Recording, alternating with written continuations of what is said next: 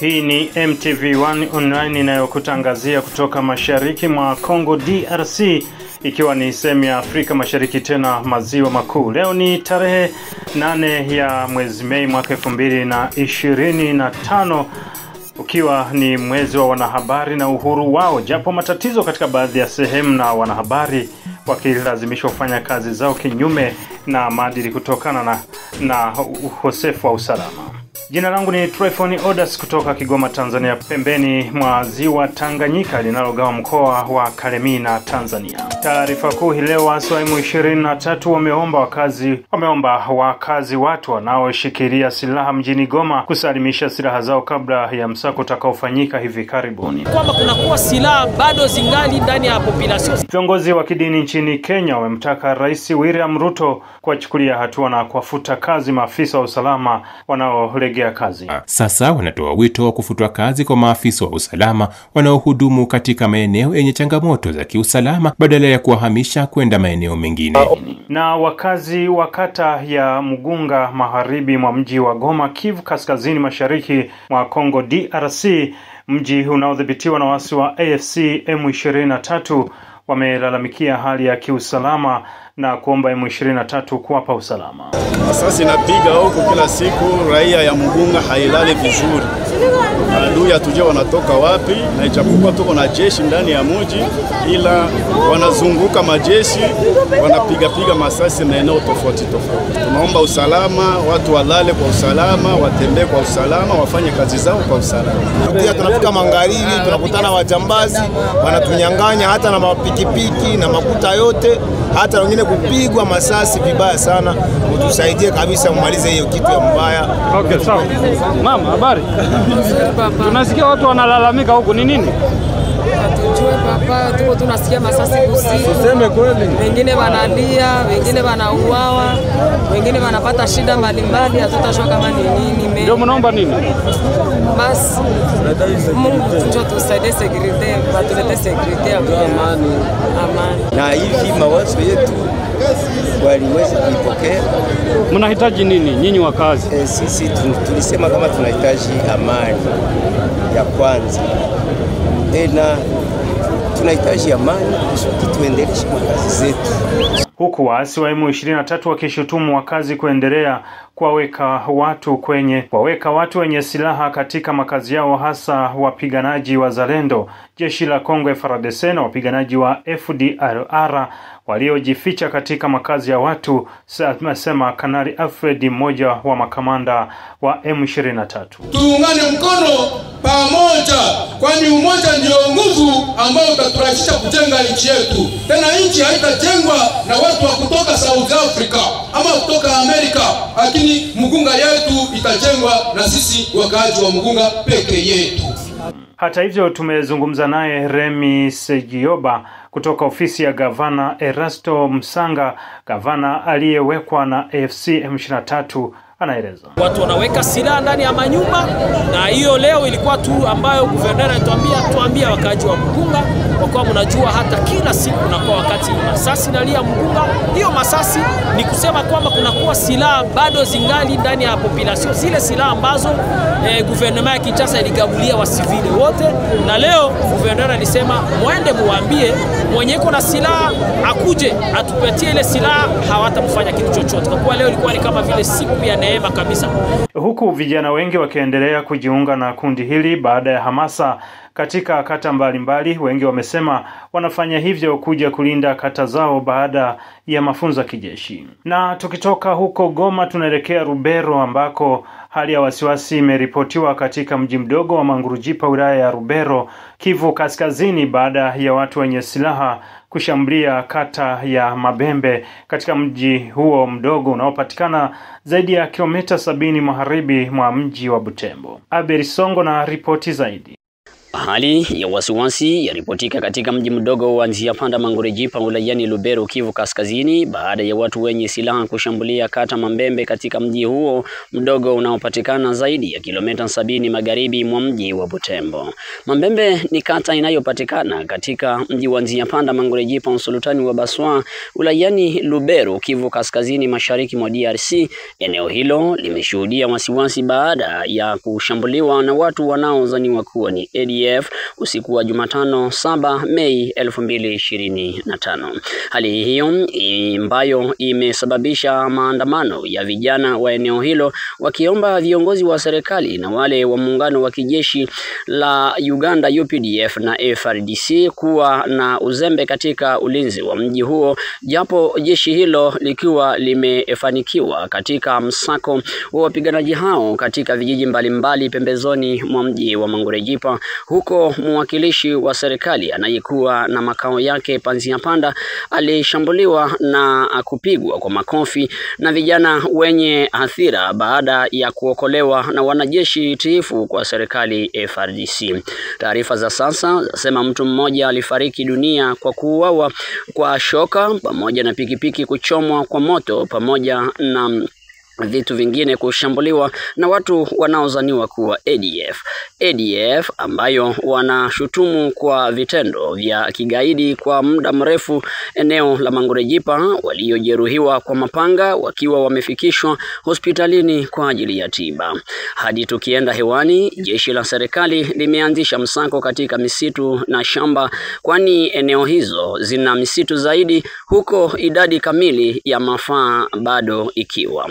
Huku shirika la kiraia la sekta la Bapere kupitia mratibu wake Kakule Kaini Samuel aomba viongozi wa kiserikali hasa wakuu wa mkoa ambao wameweka ngome yao katika mji wa Beni kutembelea Mangurejipa. Hali ya ukosefu wa usalama imeendelea kizorota siku baada ya siku. Ni kuamkia leo tarehe 8 mwezi wa 5 na mwaka huu tunao majambazi ambao ni maadef wamechoma nyumba, wameua watu, wengine wamechukuliwa kulingana na duru ambazo tumezipata hapo. Kuna gari ambayo imeweza kuunguzwa, kuna hata pikipiki ambayo imeweza kuunguzwa, na jambo hili limeweza kushangaza kila mmoja. Endapo wale ambao wanalinda usalama, kunaonekana wote ambao wanajihusisha na usalama. Kwa nini na namna gani adui ameweza kujipenyeza katika mji, mahali ambapo vyombo vya usalama vyote viko na raia imeleweza kupitisha usiku ambao si nzuri? Ndio maana inabidi jambo hili liweze kuchukuliwa na makini. Hata government, hata liwali wa jimbo naye mwenyewe angaliweza kuchukulia jambo hili na makini, na yule ambao mwongozi wa territory wote wangaliweza kujelekeza katika maeneo ili waweze kuangalia nini waweze kutenda, wasikilize hata raia, na wanaposikiliza raia waweze kuchukua hiyo majukumu ya raia na waweze kusaidia raia, kwa sababu wakati raia inaongea wanaichukulia reja. Ndio maana inabidi waje waweze kusikiliza raia, kwa sababu unaona ya kwamba mji umeweza kuharibika, watu wameweza kulala ovyo, vyumba, wale ambao wafanya biashara wameweza kufunga milango na wameweza hata kupoteza yule mfanyabiashara mmoja. Na waje katika huku katika hiyo mji, kwa sababu unaona Mambembe ni katika axe Butembo Mangurejipa, ni hapo Nziapanda. Wakati Mambembe inaingiliwa na jambazi, ni kusema ya kwamba ni hii njia yote, kwa sababu bidhaa inatoka Butembo inapita Mambembe, Nziapanda inakuja Mangurejipa. Kitangu tarehe 12 mwezi wa 6 2024 watu wamefariki, na mpaka sasa hivi unajua kwamba wanapoondoka porini na kuingia mahali vyombo vya usalama vinakuwa, hii inaonyesha ya kwamba kuna udhaifu fulani kwa vyombo vya usalama. Ndio maana inabidi waongozi waje na waweze kuangalia, kusikiliza raia, kwa sababu raia haiwezi kalalamika siku baada ya siku. Waangalie namna gani wachukulie jambo hili ili usalama uweze kurejeshwa katika miji ambamo mna vyombo vya usalama vyote vinaonekana hapa, na jambazi ameingia hapa. Sasa itakuwa namna gani mahali ambapo vyombo vya usalama hawako? Inabidi si shirika la raia, tunaita viongozi liwali wa jimbo na administrateur wa territoire waje huku na mipangilio ichukuliwe namna gani wanaweza wasaidie raia iweze kuishi. Leo watoto wangaliweza fahamu mitihani hiyo ambayo tunaita pretenasos wataipitisha katika hali gani hapo Nzia Panda. Wote wazazi wamekimbia, watu wameenda ambapo hakujulikani, na inabidi sasa waweze kuangalia namna gani usalama uweze kurejeshwa na mipangilio mingine iweze kuchukuliwa. Ndio jeshi imeweza kutenda kazi, lakini endapo kuna itilafu fulani sharti waweze kukaripia ili usalama uweze kurejeshwa katika akse Butembo Mangurejipa. Utafahamu kwamba mauaji hayo yameshuhudiwa wiki tatu baada ya mapigano kuripuka kati ya makundi mawili ya wazalendo katika kijiji cha Kaheku karibu na kata hilo kwenye barabara Butembo Mangurejipa na kupelekea usafiri kusimamishwa mara nyingine. Serikali ikiombwa kutafuta suluhisho kuhusu swala la wazalendo. Na mtu ukitoka huko Mangurejipa tusafiri hadi Lubero ambako watu wa Msalaba Mwekundu leo wameadhimisha miaka 162 katika kazi ya kujitolea. Jean Paul Sikiminwa yuko Lubero ambako kumefanyika sherehe hizo. Wanachama wa Msalaba Mwekundu katika mji wa Kirumba kwa kweli hawana mambo mengi ya kusema, ila tu kuambatana na sherehe za leo ambazo wanaadhimisha miaka 162 ya mwanzilishi wa huyo Msalaba Mwekundu Haridina. Waliweza kutayarisha shughuli mbalimbali katika mji wa Kirumba ambazo ni shughuli za kujitolea namna vile wanavyofanya. Yaani waliweza kutayarisha usafi kwenye maeneo senta ya kibiashara ya mji wa Kirumba, kwenye soko ndogo ambayo inaitwa kimaarufu Petit Marché. Waliweza kuunguza takataka na majani mengine, pia wakaweza kufunika shimo moja ambazo zilikuwa kwenye maeneo senta hiyo ya kibiashara ya mji wa Kirumba. Na raia wa Kirumba wameweza kufurahia sana hiyo kazi ambayo hao watu wenye kujitolea wa Msalaba Mwekundu wa Kirumba wameweza kufanya ndani ya maeneo senta, sababu waliweza kufagia, wakaweza kuunguza takataka na kufanya lakini sio takataka. Nafahamu kwamba Msalaba Mwekundu umesaidia kusaidia watu wakati kuna vita, kutafuta maiti na kujaribu kutibu watu. Nadhani ndio hizo ni kazi ambazo kila mara wanazifanya, na raia kweli wamejua na wamefahamu vizuri Msalaba Mwekundu kwa hizo kazi nzuri ambazo wanazitekeleza. Ila tu kupitia sherehe za leo ndio waliweza kutayarisha hiyo kazi ya kusaidia kwa usafi wa mji. Ndio, ni mchango gani Msalaba Mwekundu umechangia katika wilaya ya Lubero tangu wako huko?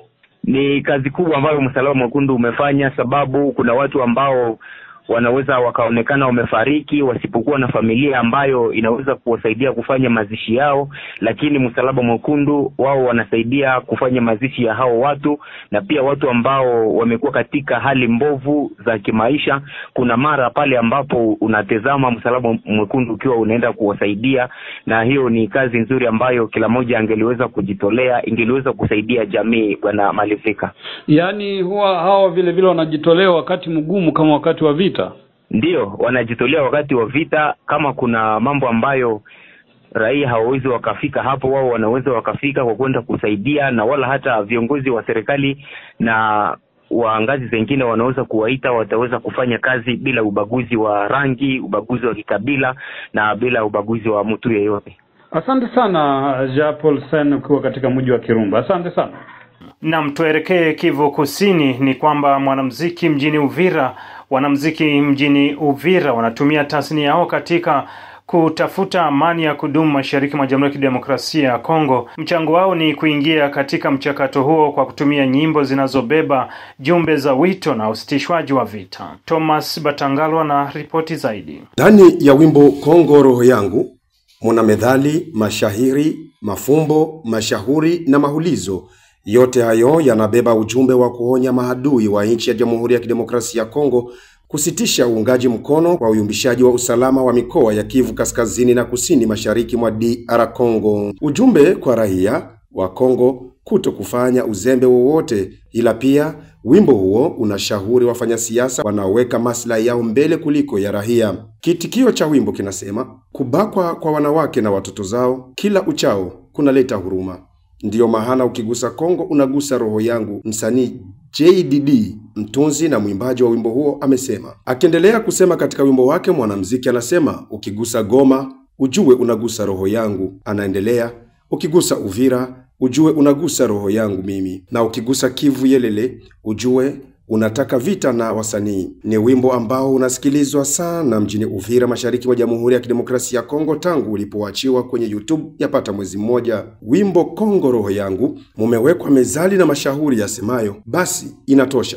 Kuliko nyama choma vitani, bora amani na ugali kwa chumvi. Samaki afungaye mdomo wake hanaswi na ndoano ya mvuvi. Mashahiri ya wimbo huu yamevutia bodi la wachambuzi wa sanaa na muziki wa kusini mwa mkoa wa Kivu ya Kusini, mashariki mwa Jamhuri ya Kidemokrasia ya Kongo, na kutoa ofa kwa mwanamuziki huyo ili wimbo wake upigwe mara kwa mara kwenye vyombo vya habari kama vile redio, televisheni na mitandao ya kijamii kwa muda wa mwezi mzima bila malipo. Sehemu ya 3 ya wimbo huo, Kongo roho yangu, ni yenye mafumbo na mashauri. Mfano, kufa kwa kiu baharini ni uzembe, tuungane tulijenge taifa. Kutaka maziwa kwa ngombe usiyemlisha, maana yake una hamu ya nyama choma. Wimbo umewapa nafasi wasikiaje kuchangia, haswa pale ambapo ukingoni ni maswali ya ulizayo, kwa sasa jiji lina homa, unaanzaje kudharau miguu ya kuku wakati ndo imebeba mboga? Haupati amani na watu ikiwa peke yako ndo umeshiba? Inchi yetu wote kunyimana mazao ndo shida, ameweka mkazo mwimbaji. Msanii anaonyesha wamepoteza wao vitu na watu, wababa wamechinjwa, akina mama kubakwa, mali kuporwa. Halafu kiitikio kimekuja kufunga wimbo huo wenye urefu wa dakika 3 na sekunde 50. Nimemuuliza sasa msanii JDD nini kimemgusa hadi kuachia ngoma hii. Amejibu, nafikiria kila mtu anajua mambo ambayo yanaendeka sababu ya nchi yangu, na mimi kama mwananchi nilikaa chini nikafikiria, nikasema kwa kuonesha uzalendo wangu na mimi kwa kuhamasisha watu kwa ajili ya nchi yangu, inaweza kuwa ni vizuri nifanye kitu kupitia kipaji ambacho Mungu amenipatia, na ndo nikapata ile wazo ya kusema pana, acha niandike wimbo ambao unaitwa Kongo roho yangu. Wimbo ni kama una mwezi mmoja, ila nilikuwa nachelewa kuiachia kutokana na kuangalia nifanye angalau hata ka video ambao kataonesha walisikia wakazi yenyewe ambao nimeifanya. Video imeshatoka. Ukiingia YouTube unaandika JDD, maana yake JDD mkali wa concordance, wala unaandika JDD Kongo roho yangu, napo utakuwa umeipata. Heritier Mbindo Mbindoloji ni mwenyekiti mkuu wa bodi la wachambuzi wa muziki na sanaa kusini mwa Kivu ya Kusini. Anatoa kile kilichoamliwa na bodi lao kuhusu wimbo huo. Tuliposikiliza nyimbo zilizoachiwa, tukakuja kugundua kwamba wimbo ambao umeachiwa naye mwanamuziki JDD ambao ni Kongo roho yangu, wimbo ambao una ujumbe mzito, ambao una ujumbe wa kizalendo, ambao umetupelekea kuchagua kwamba ni wimbo ambao tunatakiwa kusapoti. Kwa maana hiyo ni nia pia ya kuendelea kushiriki majonzi ya wakaaji wa mashariki mwa DRC wanaopitia maisha magumu kutokana na utovu wa usalama. Ndiyo maana tumepatia wimbo huu nafasi ya kwanza. Kwa maana hiyo sapoti yetu anaipata kupitia kupigwa wimbo wake redioni, televisheni, kumtangaza kwenye peji zetu. Ndio sapoti ambayo tunakwenda kumpatia kwa muda wa mwezi mmoja. Mwanamuziki JDD alizaliwa mwaka wa 1999 mjini Uvira. Wazazi walimpa majina ya Jean de Dieu Chimong. Alianza muziki baada ya miaka 20 ya kuzaliwa, yani mwaka wa 2009. Ni mume wa mke mmoja na mtoto mmoja. Uvira, Thompson Unjibata Ngalo William, MTV. Na huko Tanzania, mafuriko katika eneo la Katubuka, manispaa Kigoma Ujiji, magharibi mwa Tanzania yamechukua sura mpya baada ya bwawa hilo kulemewa na kutapika maji na kusababisha maji hayo kutengeneza njia inayopita katika makazi ya watu na hivyo kuongeza athari katika makazi yao, huku maji hayo yakielekea katika uwanja wa ndege. Maporomoko haya maji yanafuatia njia isiyo rasmi wanayoishi watu katika makazi ya watu yaliyokumbwa na mafuriko, na sasa amefika katika maeneo mengine ya uwanja wa ndege na mkoa wa Kigoma, na mamlaka zinachukua hatua kuelekeza maji hayo kwenda maeneo mengine, jambo ambalo limesababisha baadhi ya kaya kukosa makazi kutokana na maji hayo kuingia kwenye nyumba zao. Wengine kwa kuona hali hiyo wamejihami kwa kuweka vifusi na mifuko ya michanga ili kujinusuru na hali hii, wakisubiri kutimizwa kwa ahadi ya serikali ya kuondoa maji hayo. Kufuatia hali hii iliyojitokeza kwa sasa, nimefika ofisi ya mkurugenzi wa Manispaa Kigoma Ujiji Kisena Mabuba katika kujua hatua gani za haraka zinachukuliwa. Swala la mafuriko ya Katubuka kwa sasa limegeuka kuwa kasoro, likiwavua waliomo na wasio kuwemo. Tukitoka Tanzania tunamalizia huko Kenya, ambako viongozi wa kidini nchini Kenya wamemtaka Rais William Ruto kuwachukulia hatua na kuwafuta kazi maafisa wa usalama wanaolegea kazini kufuatia visa vya hivi punde vya utovu wa usalama nchini humo. Densi Chisaka kutoka Nairobi na ripoti zaidi. Ndio wito wa baadhi ya viongozi wa kidini na kisiasa kutoka eneo la Bonde la Ufa. Wamehimiza waziri wa usalama wa ndani Kipchumba Murkomen pamoja na inspekta mkuu wa polisi kuimarisha doria za usalama katika maeneo ya kaskazini mwa Kenya na Transmara. Wakizungumza huko Nandi, viongozi walisema kuwa licha ya agizo la rais la kufungua mipaka ya Jumuiya ya Afrika Mashariki ili kuimarisha biashara, visa vya ukosefu wa usalama vimeendelea kuongezeka. Sasa wanatoa wito wa kufutwa kazi kwa maafisa wa usalama wanaohudumu katika maeneo yenye changamoto za kiusalama badala ya kuwahamisha kwenda maeneo mengine. On the incident that happened during His Excellency's function, I think that is something under investigations, and therefore I leave it at that to show whether there was really security lapse or whether there was intention or motive to harm the president, or it was a different issue. So the investigation is ongoing. Haya yanakuja wakati visa vya utovu wa usalama vikiendelea kushuhudiwa nchini. Wiki jana wanamgambo wa Al-Shabaab walisababisha mauaji huko Lamu pamoja na mauaji ya mbunge wa Kasipul jijini Nairobi. Hali hii ikisababisha hali ya hatari ya kiusalama nchini. Wale waliofanya jambo hilo na kumuua huyo mjumbe, we will get them. They will not succeed. They will have nowhere to hide. We will go after them. Asasi za usalama zimetakiwa kuwa makini hata zaidi na kuongeza doria kila sehemu ili kuzuia visa kama hivi siku za usoni, hasa kuelekea siasa za uchaguzi mdogo zinazosubiriwa mara tu tume ya uchaguzi na mipaka IEBC itakapoundwa. Dennis Chisaka, MTV Online, Nairobi. Na kwa ripoti hiyo ya Dennis Chisaka, mimi niseme sina la ziada. Jina langu ni Tryphon Odas kutoka Tanzania. Asante na nikutakie siku njema.